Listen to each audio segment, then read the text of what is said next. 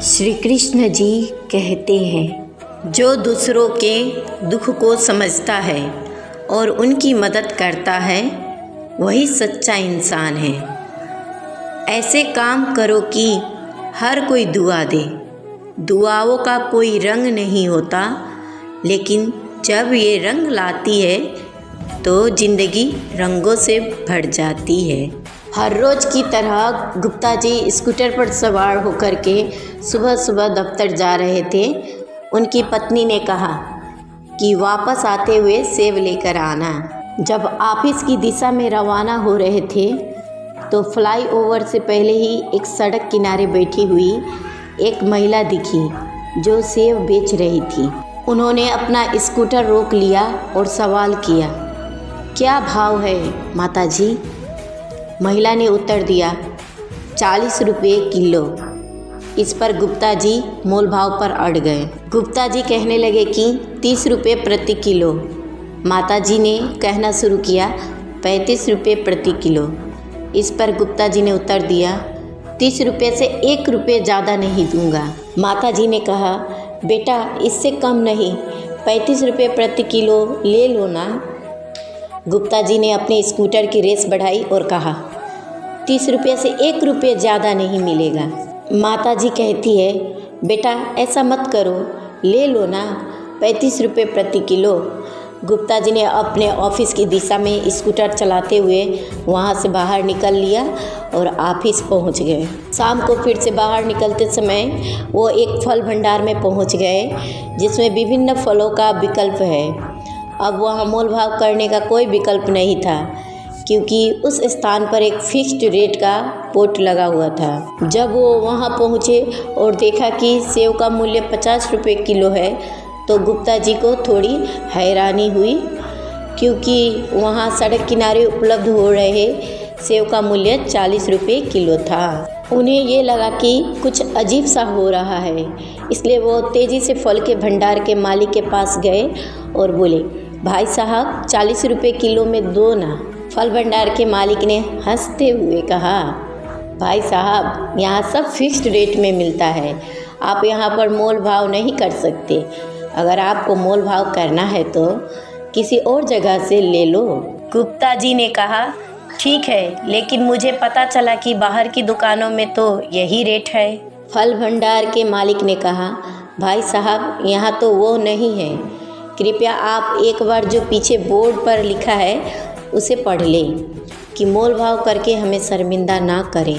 गुप्ता जी शर्म से वहाँ से निकल गए, उम्मीद में कि फ्लाईओवर के नीचे किनारे पर जो महिला बैठी थी वो शायद अब भी वहीं होगी और वहाँ से सेब खरीदने का विचार किया जा सकता है। उन्होंने स्कूटर को दौड़ाया और पहुँचे तो वहाँ महिला बैठी हुई थी। महिला ने गुप्ता जी को पहचान लिया और कहने लगी कि 35 रुपये किलो, बस मोल भाव मत करो।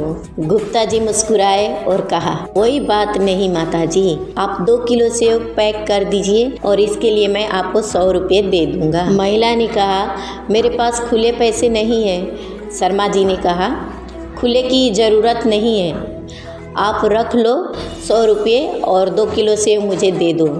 महिला ने मुस्कुराते हुए कहा, आपका बहुत धन्यवाद। गुप्ता जी ने कहा कि मैं अभी अभी एक बड़ी दुकान में देखकर आया हूँ, वहाँ पर भी सेब 50 रुपये किलो ही मिलते हैं, तो वहाँ से लेने से अच्छा है कि मैं आपके यहाँ से ले लूँ। माता जी की आंखों में आंसू आ गए। उन्होंने कहा, मैं कैसे बताऊँ, हमारी स्थिति इतनी कठिन हो गई है कि सड़क किनारे फल बेचने में मजबूर हूँ। मेरे पति की मृत्यु हो गई थी और वो बीमार थे, कर्जा भी बढ़ गया और हम सब से सहारा मांगते रहे। इसी कष्ट से बाहर निकलने के लिए मुझे सड़क किनारे ये फल बेचने पड़ रहे हैं। ये एक आशा है कि कोई इसे खरीद लेगा, लेकिन कोई खरीदता ही नहीं। इस पर गुप्ता जी ने कहा, इस तरह की बातें मत करो, मैं कल सुबह फिर आऊँगा और कुछ और पैसे लेकर तुम्हारे पास आऊँगा। घर पहुंचकर गुप्ता जी ने अपनी पत्नी को 2 किलो सेब दे दिए और उनसे कहा, मुझे 500 रुपये का एक नोट लाकर के दो। कल किसी की मदद करनी है। मैडम ने पूछा, क्या हुआ? और गुप्ता जी ने उन्हें पूरी कहानी सुनाई। उन्होंने कहा, हम पता नहीं क्यों मोल भाव करते हैं। सड़क किनारे जो सामान बेचते हैं उन लोगों से जो अपनी मेहनत से जी रहे हैं और लाचार होते हैं, हमें उनकी मदद करनी चाहिए। इस तरह की कठिनाइयों में लाचार होने के बावजूद वे अपनी जीवन शैली को बनाए रखे हैं और हम उनसे भी मोल भाव कर रहे होते हैं, जबकि बड़े बड़े शोरूम में जाते हैं और पैसे देकर के आ जाते हैं। अगले दिन गुप्ता जी ने माता जी के पास पहुंचकर 500 का नोट दिया और कहा, माता जी, आप अब कर्जा चुकाना शुरू करें और फल लाना शुरू करें मंडी से।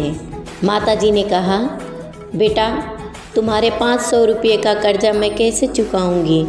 गुप्ता जी ने कहा, चिंता मत करो, मैं आपसे फल खरीदता रहूँगा। ऑफिस में जाकर गुप्ता जी ने इस बात को अपने साथियों के साथ साझा किया और उन्होंने भी इस माता जी के फल खरीदने का निर्णय लिया। सभी साथियों ने मिलकर पैसे इकट्ठा किए और एक ठेला गाड़ी माता जी को खरीद कर दे दी। इससे माता जी को काफ़ी फ़ायदा हुआ और धीरे धीरे उसका धंधा भी अच्छे से चलने लगा।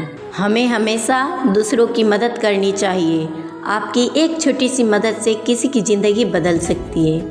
आप दूसरों की मदद करते रहिए, भगवान आपकी मदद करेगा और मोल भाव करना बंद कीजिए।